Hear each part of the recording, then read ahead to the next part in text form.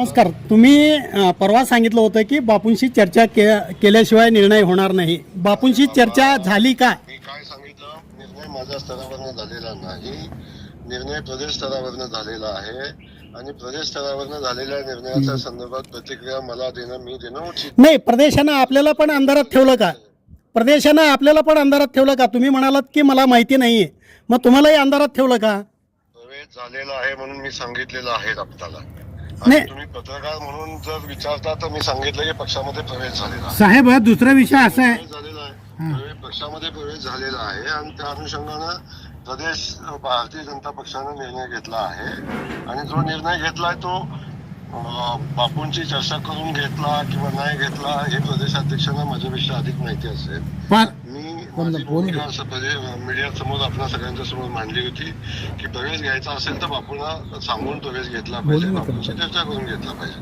आणि मला वाटतं की त्या अनुषंगानं प्रदेशने काय चर्चा केली, प्रदेशनं कसा प्रवेश घेतला हे माझ्यापेक्षा प्रदेशाध्यक्षांना माहिती असेल. साहेब, दुसरा असं आहे की तुम्ही बापूंचा निर्णय, बापूंवर निर्णय सोपवला तरी प्रवेश झाला.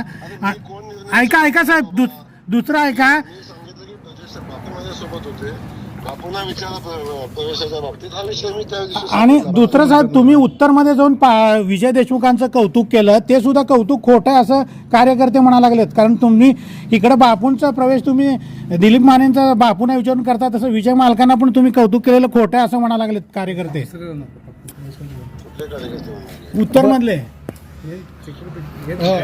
आहे जी परिस्थिती आहे ती मी क्लिअर आपल्या समोर मांडलेली आहे आणि जो प्रवेश झाला तो विषय प्रदेशचा आहे.